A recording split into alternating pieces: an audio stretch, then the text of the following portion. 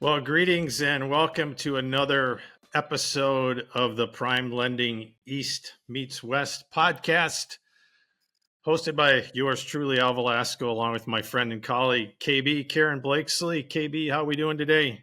Oh man, we're doing awesome today. So are you in the mountains? I am in the mountains. Now, what was your first clue, my friend? Yeah, well, it could have been the fireplace, but I know you've been kind of living in Dallas over the last couple of weeks, so I was kind of surprised to see that you weren't there, but I was happy that you still weren't there. Not that it's a negative to be at Dallas, but that's No. Oh man, we're having so much fun with these coaching classes we're doing, Al. It is a total blast. yeah, it's been fun to kind of start hearing some of the feedback, and I think it's going to be an incredibly popular program, and really kind of excited to kind of see where it takes us. So we've got it's been a little bit a while since we've been back together, right? And Yeah. so I thought just to kind of touch base, it was interesting. I haven't had a lot of time to kind of dive into the NAR, National Association of Realtor, changes that are happening. Obviously, it's kind of been in the news here in the mortgage business as of late, and I believe it's actually going into effect this weekend. Uh, Tomorrow. yeah, and so I know that there's a lot around that is kind of unknown, and it's going to be really interesting to see how it plays out. But I just kind of wanted to point something out as I've kind of dug in a little bit. And again, I'm certainly no expert on it. But one thing that I think anybody listening in this podcast should probably know is that I think there's one thing that's pretty for certain that's going to come of that, and that there's probably going to be less real estate agents, right? Some of the agents that are kind of part timers, or maybe only doing 5 or 6 transactions a year, it's probably going to be really difficult for them to stay in the business because it might not make financial sense because of some of the financial implications of this. So, one of the things I just wanted to share that, if you're a loan officer and, your business is predicated upon doing business with maybe more agents, but getting a smaller piece of the pie from them because they're only doing, a handful of transactions a year, I think that's where this could really have a negative impact on originations, because I do think it's just going to lead to having less realtors in the business. And those realtors that we have partnered with in the past that have been good referral sources, and they're great people, but they might not be in the business going forward. We got to take the time now to kind of reinvent ourselves and to maybe look at growing our book of business as it relates to realtors, and maybe shooting a little higher for some of the real estate agents that are doing more transactions. So I don't know if you've had a chance to kind of dive in on that, but I haven't been able to find a lot of certainty around the whole thing. But I think that's one aspect that's probably going to prove to be true.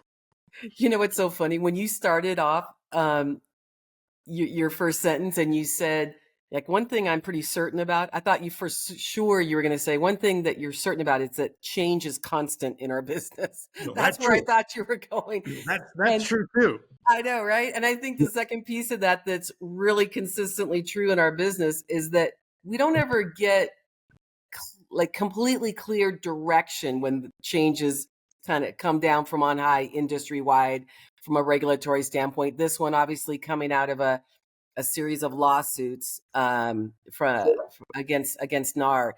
But Christy Harris, when we were chatting with her this week out in Dallas, for everybody on the call, y'all know who Christy Harris is. For anybody that's not with the company, she is our executive vice president of operations, and truly like the biggest brain I've ever seen fit inside a human head. But she was talking about a call that she was on that was led by Brian Chappelle, a well-respected industry expert this week. And there was a tremendous amount of disagreement on the call, which she found, she was just kind of chuckling about, because here we are at that point, 3 days away from rolling it out. And, now 1 day away. And it's just going to be like so many of these situations where it's a little sticky for a little while till everybody can kind of figure it out. But I completely agree with you. I think that our onesie twosie agents might not see the value in continuing their licensing and continuing ed. So all of our loan officers that have a bunch of those realtors and together they put together a nice book of consistent business. If half of those decide to leave, that could leave a real hole. Well, there's the other side of this too, is that we should be thinking about how can we better partner with those agents who are in that category in order to increase the likelihood that they could make it, right? So there's a role potentially for us to play in becoming a better partner and doing everything we can to invest in their businesses. Because if you're able to do that, you're going to have yourself a pretty dedicated referral source for a long time, would be my guess. So, well, like everything, interesting developments in our business, which it appears as though interest rates are dropping. We don't know how soon. Obviously, we would like them to drop sooner than later, but it looks like the Fed is poised to move interest rates in September. And so lots to be optimistic about, although there's still a level of uncertainty. Hopefully we're kind of through the largest part of the storm that we've kind of been enduring over the last couple of years. And I think everybody's going to be thrilled to kind of get on the other side of it. So with that said, we've got what I think is going to be a really entertaining guest today.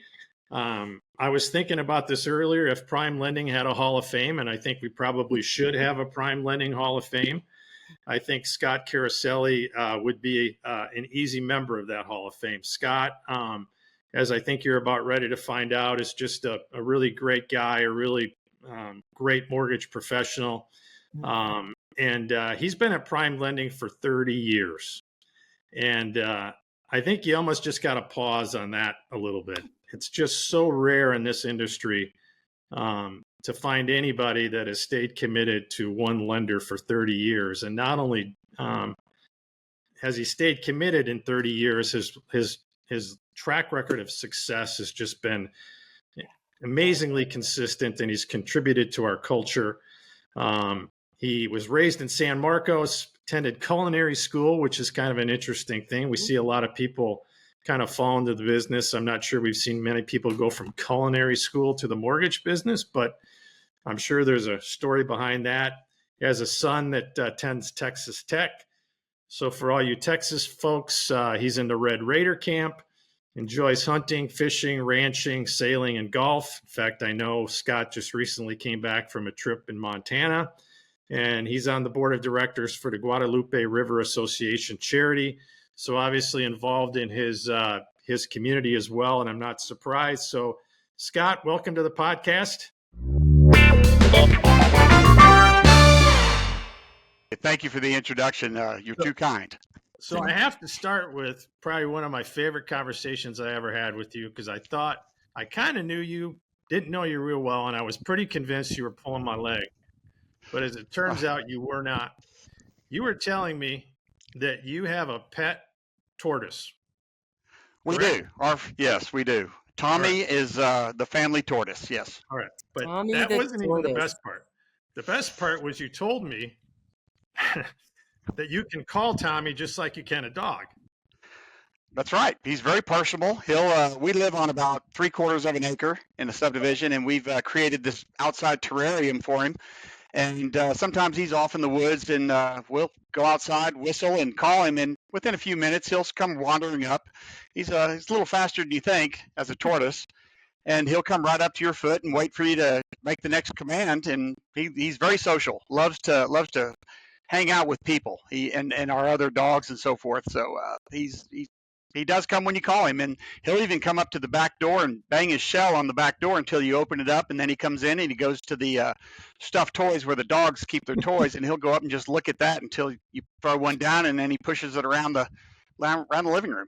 So How does one ever how do you get a tortoise? find themselves with a pet tortoise? That was Well, going to be my question. Was this Okay, your and I will son tell you, wanted it one? was my son. When Andy was about 5 years old, he said he wanted a tortoise, and we kind of hem-hawed for about a year. And he as a young child, he did some research, and he said, "Look, Mom, Dad, of course it was Mom and Dada." He goes, "I want this tortoise." So we went out and looked around, and we found a pet store that actually had one. He was very small. I mean, he could almost fit in the palm of my hand, and we purchased Tommy. And he's a red-footed tortoise, big shell, and right now he's about the size of a huge serving platter. He's grown quite a bit. I think he's not quite fully grown, but he's approaching over 18 to 20 years old. He'll last up to 75 years, they say. And, with the way my wife takes care of animals, he'll probably go on up to be 100. So technically he was purchased for Andy, and he's Andy's pet, but he's the family pet. We all love him. So he didn't go to college with Andy when Andy went to college. We thought about that too, but Andy's his schedule's pretty demanding, and his fraternity and work and so forth, and in agribusiness, so he didn't really think it was a good idea. But Tommy will make a trip to Lubbock before graduation. That's awesome. Yeah. Well, and KB, you have a story about Scott that I think you wanted to share. I do.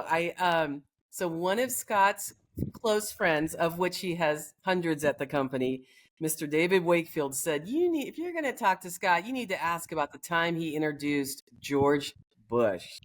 So let me hear about that, man.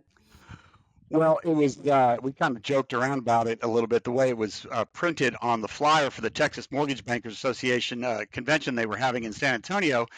And I was a keynote speaker there as well. But when they listed it on the pamphlet, on the flyer or the outline, they put everybody in alphabetical order. So, of course, my name being Caroselli, I was right before George Bush. So they had my name first as one of the keynote speakers, and then they just went down the line alphabetically, and George Bush was next. So I joked around with everyone and sent, pictures of the flyer or snapshots of it, say, look who I'm opening for, And I didn't even get a chance to visit with him that day, although I have met George Bush, President Bush, on several occasions back when he was the governor of Texas. So I don't know if he really would have remembered me, probably not, although I like to keep myself as unforgettable. It'd be pretty tough for him to remember me, but we joked around and said I was his opening act. So. Hey, I love it. Nobody else I know is ever going to be able to say that, man. I've got it in writing. I can show the flyer and prove it. There you go. I got that going for me. So, Scott, we wanted to have you on this podcast for several reasons. But one, as we noted in your introduction, you've obviously been in the business for a long time. You've seen different markets come and go. You have the great, you've got experience. So oftentimes, markets like we've just came through, you've seen them, although I think those of us that have been in this business for a long time, I think would probably all agree that the last couple of years has been unique compared to many other years. But so what's your impressions having gone through the last couple markets, and how's it changed the way that you do business?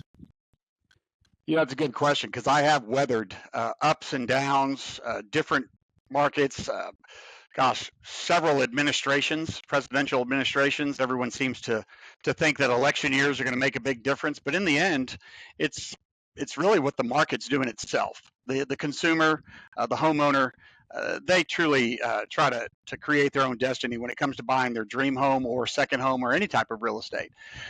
The key thing that I have done, I think if there's one thing that I've done over the years that's kept me, busy, even during the tough times, is communication with my previous clients.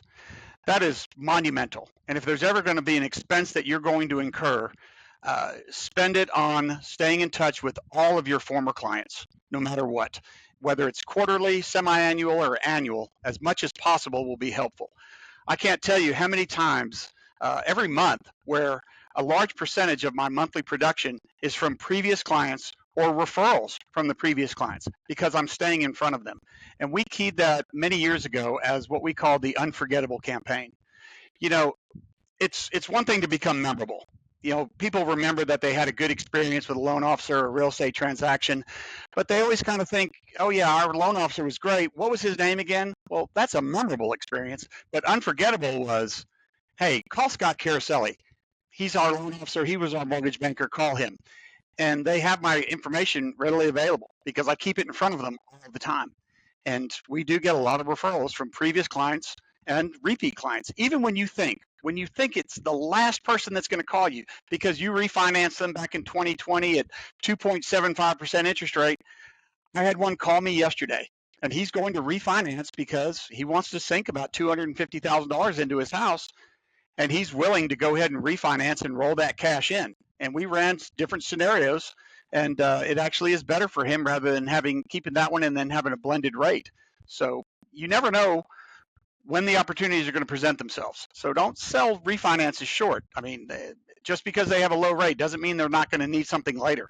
And maybe they're saving so much money on that house, they're ready to go buy that lake house or a coastal home or small ranch. So. Well, and it's interesting because one of your other friends at the company said you've got to ask Scott about what this person called the friendship factor. And that's really what you're talking about. You're not just staying in touch with them as past customers. Like you become friends with your clients. I try to bond with every client. Not all of it. It doesn't work for everyone, but I do stay in touch with them. I'll try to remember the names of kids or where they lived or something a little bit about their life when we were getting involved in the mortgage. And I'll ask them that question and see how things are going. We also send out the birthday wishes all the time. The company has our program, I guess, whatever our stay in touch campaign program is, that sends out birthday wishes. And I can't tell you how many times I get a return email from them saying, hey, thanks, I appreciate it, hope you're well. They think that I personally actually sent it, which I didn't. It was just the computer that sent it out. But of course, I respond to those emails like I did send it out personally. And I will say, hey, great, I hope you're having a great day and hope everything's good. Call me if you ever need me. And then they do realize, hey, that is Scott that's sending it. So staying in contact with your customers, your database, your past clients has obviously been key to your business. How do you do that? I'm sure it's probably multifaceted, but do you have 1, 2, or 3 favorite, activities that you consistently do that you feel like get the greatest response? Yes. The best one is our newsletter. We used to send out a monthly newsletter, and then we cut back a little bit to a quarterly just because it got pretty expensive. My team we pay for the postage. So we send out, well over 1,000 newsletters every quarter, and it goes out to every past client.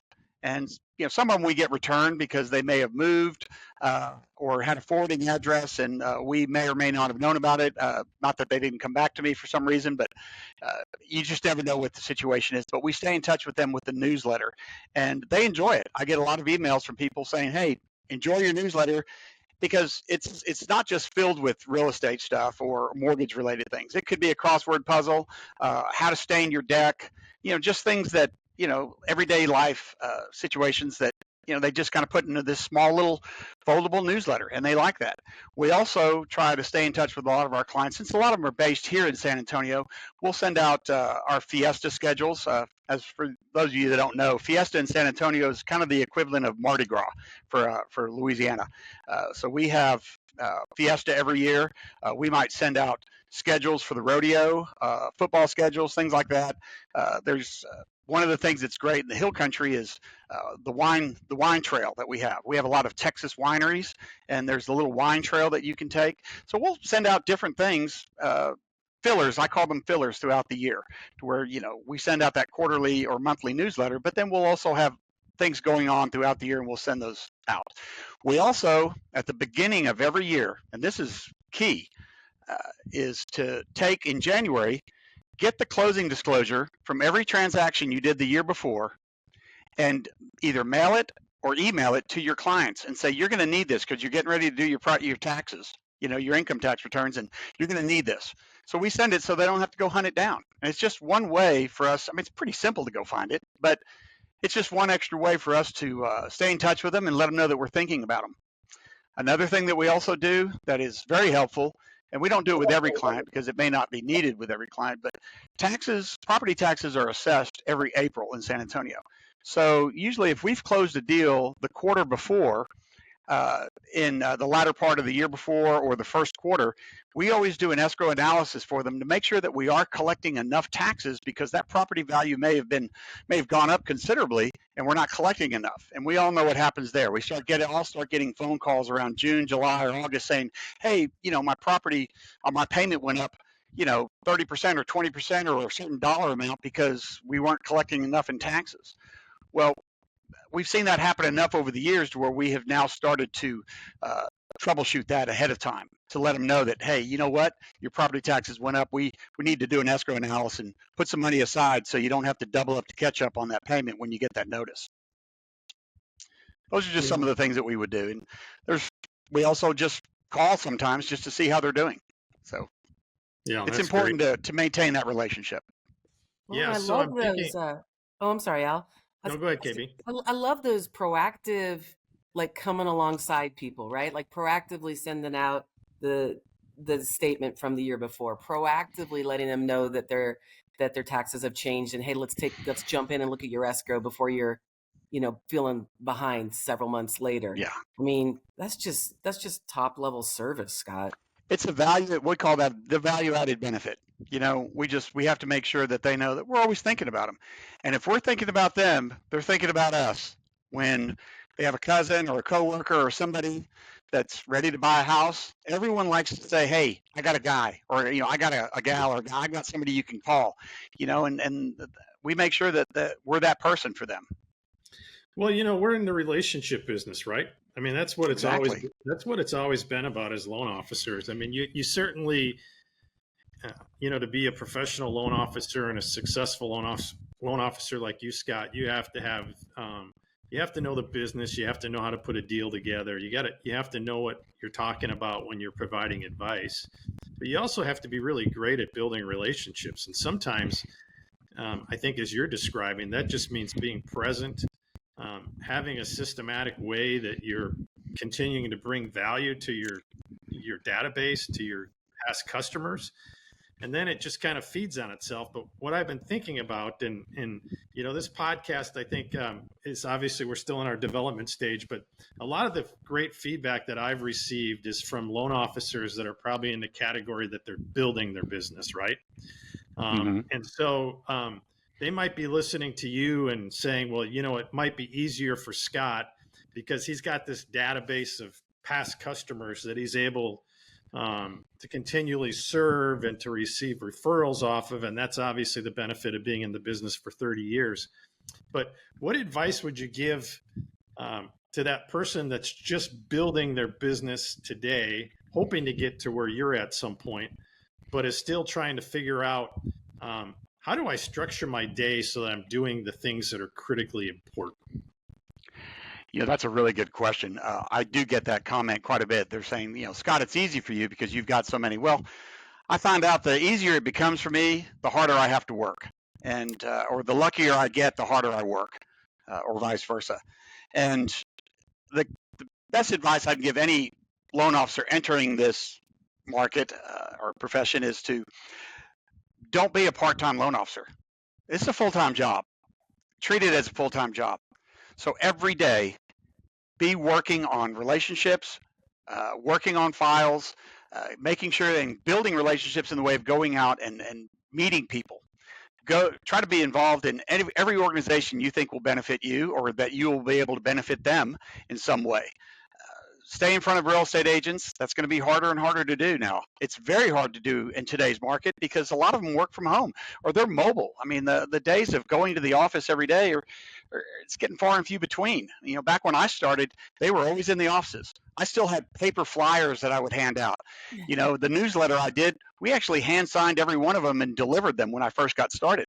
I did a lot of niche things that other people didn't do. Now, this is going to sound a little corny, but I want to tell you, try it. You've got nothing to lose. You're going to spend a little bit of money and some time. You might sweat a little bit because it's usually hot this time. But I'll tell you two things I did that I became known for in San Antonio because no other loan officer did it. Memorial Day weekend. Every Memorial Day weekend, usually probably about the Wednesday or Thursday before, I delivered watermelons. Because watermelons were big in Texas, and that's when they came in season, and they were nice and ripe and juicy. I would deliver several hundred watermelons to real estate offices. I would decorate the whole front porch of that real estate office. I'd have my sticker on it, PrimeLending sticker on it with my name and phone number, and I would make sure that everyone had a watermelon for Memorial Day weekend because a lot of people were going to the lake or the coast or having barbecue cookouts, and they loved it. So we would do things like that. And then October rolls around, and right before Halloween, usually about a week before Halloween, we time it right, we would deliver pumpkins. And I mean, really big, huge pumpkins too, not just little ones. We would go out, we'd go to the farm supply company or whatever, or down to the the produce district in San Antonio on Zarzamora, and I would load up the back of my truck, and they would come in with forklifts and load up pallets on the back of my truck, and I would go and deliver those to all the real estate offices and line their front porches or sometimes put them on their lobbies, and they loved it. It was almost like they expected it every year, and I did that for a long time. And then I started doing little fillers here and there. New Year's came around on New Year's Day. There was hardly anyone ever in their office. So usually before the Christmas break, I would go get a pack of the H-E-B Black Eyed Peas, put our sticker on that package of Black Eyed Peas, and go put it with all the real estate agents, because everyone eats Black Eyed Peas for good luck, right? On New Year's Day. Half of the people listening to this don't even know what Black Eyed Peas are, I guess. Yeah, I know. See, that kind of shows my age a little bit. I'm a little old school, but just little things like that, and it could be something that's different for your area, your demographic area. If you're in New Orleans and you're a loan officer, you should be ordering no less than 100 king cakes and bringing them out to your real estate agents right before Mardi Gras.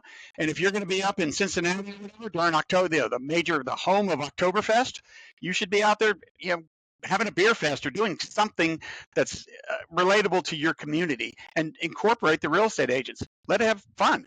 Now, everyone does the Kentucky Derby, right? I used to do a big Kentucky Derby board where, we would have people, there was no betting going on or anything, but then we'd have prizes, and people would have a Kentucky Derby day, and we would try to do that right around then. So little things like, use your imagination. It can't get too corny, and you're not going to learn unless you do it, and you'll never lose. If you learn from something, or if you gain anything, you'll never lose as long as you keep learning and going along. So those are the things I would say to new loan officers. Do that. And then above all, don't try to sell anything. Just be trustworthy. Become a trusted advisor to people, not just a loan officer, not just a mortgage banker. You need to bask in their glory. You don't need to have the spotlight on you, because in most cases it's one of the biggest events of their life, or it's something meaningful. They're buying a home, and they need somebody they can trust. Whether they're going to call you about a home mortgage, or 6 months later they call you and say, hey, listen, I need a referral because my kids are going to start school, and I need a referral for private schools or something like that. Become a trusted advisor. And, the closing of the mortgage, that's not where it stops. That's just the beginning. That's the beginning of the relationship, is when you close on that house. Keep it going and become that person that they always go to. That's so good. There's so many great kernels of truth in there, but the one thing that I love that I think you illustrated there, we used to have a lot of fun in this business, didn't we? I look back to the days when I was a loan originator and I was doing some of the same things that you did. I'm not going to get into the details, and I've told this story to people that have worked for me, but I used to pass out toilet paper. That was my hitch. And I'll have to share that on another podcast, but it's just interesting that people that have been successful in this business kind of gets back to what we said earlier. It's about building relationships. It's about being seen. It's about kindness, delivering pumpkins and watermelons, and just making sure people know that you value their partnerships. But it's also about having fun. And I think that's one thing that I hope that we can do here at PrimeLending as we, move forward, is that we got to have a little bit more fun. We got to have loan officers that are working here that I know we got a lot of them. They go out and they serve joyfully, and they do have a lot of fun just like you, but this job can be a blast. And it's been hard the last couple of years to quote unquote have fun. But I love the fact that when you're describing the way that you go about your business, you can just tell you have fun with it, right? And I think it probably keeps you going. Yeah, it doesn't hurt to be funny. Trust me, this business can be very difficult and sometimes cause a lot of cuss words. If you see back there, we have a cuss jar in the back over here, because it can be tough. Yeah. You got to sit back and just laugh a little bit. And sometimes I'll crack jokes when I'm talking to clients, especially when you're doing a jumbo loan, because we all know if you're doing a jumbo mortgage, you need DNA samples, blood samples, and when they start, giving me a little resistance, I'll tell them, I said, I promise, when we send the nurse practitioner to your office or your house to get your blood sample, I will work around your schedule, and I'll make sure and I'll cover the cost. And that usually lightens them up a little bit. We've gotten a little What I heard the other day was somebody told me, you know what, you should give 100% to everything you do unless you're donating blood. Yeah, But Scott, you're talking about the realtors, and I love that you're talking about everything that you did and do with them and for them, and sticking along those same lines. The last couple of years, a big part of Al's job and mine and all of our leaders here at PrimeLending has been to really keep our loan officers motivated, keep their spirits up, keep them engaged. And I want to know how you do that. Like, what kind of conversations, because it's been tough for the realtors the last few years as well. Like, what kind of conversations have you had with them, or do you continue to have to keep them, just keep their chin up, keep them busy, keep them engaged? You're right. That is a very challenging thing in our market today, not just in our market, in life. I mean, look what we've all gone through in the last 4 years. I mean, every time it's terrible to turn on the TV because number one, if you don't watch the news, you're ill-informed. But if you watch the news, you're misinformed. So people get so fed up with all the negativity in the world right now, and then they start seeing the market slow down. You know, I've always thought, live in controlled fear. Okay, if you're going to be afraid, just be controlled about it. Controlled fear. That's all it is. When you go through a whole month and you think, God, the phone hasn't rang, take that time to reinvent yourself or to try something new or to get out. You know what? It also doesn't hurt to take a break and get out and regroup. Go spend some time with the family. Go hunt. Go do something you like to do for a little bit. And the phones will ring. They will ring again. I will tell you, 30 years. I have had times when I would think I'm in a panic mode. How am I going to, we're going to be eating putty out of the window soon. And the phone starts ringing. Just be ready when it does start ringing, because the last thing you want to do is just be sitting there and things start happening and you're not prepared. So clean out the office, get rid of some things, try up some new programs, try some new memberships, do something out there, and it's going to happen. And don't be afraid to put hay in the barn. That's another big thing I do every year is, when we start the good times, don't go spend that money. Put hay in the barn, hold on to it because it makes things a lot easier when it does get slow. And always remember, man, pigs get fat and hogs get slaughtered. I come up with 1 million of them right now. I'll give you a lot of sayings, but take the time to call on people, reach out to your friends. I can't tell you how many loans I get from just friends. People that own their own companies, their employees need business. And if you're friends with the boss, like I've got one of my friends owns CL Concrete in New Braunfels. I've done just about every one of his superintendents. I financed his house, financed all their houses. I financed his brothers, his father, his uncle. Once you do business with a family member or somebody, a good friend, you'll get a lot of referrals from that type of thing if you treat them right and do the right job. Another thing I also forgot to tell you, I said I was, going out and socializing with these real estate agents. Well, don't forget the CPAs and accountants and financial advisors. They have clients too, and they need trusted advisors that they can put their clients in touch with. CPAs are great. From January to April, we all know that CPAs are working 10 hours a day. They're busy during tax season. So you don't have to go waste their time or go talk to them because they're busy, but send over some donuts. Send breakfast over to them. Say, hey, you guys ever want to have 5 minutes? I can tell you some of the new things going on with Fannie and Freddie that you can advise your clients on. They love that. I can't tell you how many times I've gone to a CPA's office. I said, look, I know your job is to save them money, but depreciate. And we can add back depreciation right off the mileage. It's going to help your self-employed borrowers out there when they come time to get qualified with me. And they really do appreciate that. When we come up with some of our weird guidelines that Fannie Mae just pulls out of their butt, I have no idea what some of them, why they even think that. Well, we need to go tell the CPAs that and let them roll their eyes a little bit, but at least they know what's going on. Yeah. So well, Scott, we love having you on the podcast. I think you've given us some great tidbits of wisdom here. But before we go, last question to you. So why have you stayed at PrimeLending for 30 years? That's a good question. I get that question a lot too. Because as you can imagine, I get a lot of recruiters that will call. And sometimes I'll be as nice as I can to them. And I said, look, I know your time's valuable. Let me stop you right there. I've been here for 30 years. And they'll ask, well, what made you stay? And I said, well, I was able to kick down any door that wasn't going to be open for me. And that's the key. Don't expect things just to happen. You have to go to the underwriters, be upfront with them, talk to them, excel with I say dance with the one that brung you too. That's another one. I've been with them for so long, and I've learned how everything operates, but it's the people that I work with. I think that's one of the biggest things. My executive assistant, Lisa Tooley, has been with me for over 20 years. Beth Moore, my partner here at the office, she's been with me for 17 or 18 years. That's one team staying together at one spot for that long. That's unheard of. So it's the people. There you go. I love it. Well, thanks, Scott. And just a reminder to everybody to subscribe to our podcast so you'll never miss an episode. You can find us on Spotify, Apple Podcasts, YouTube, or wherever you listen, whatever your favorite podcast platform is.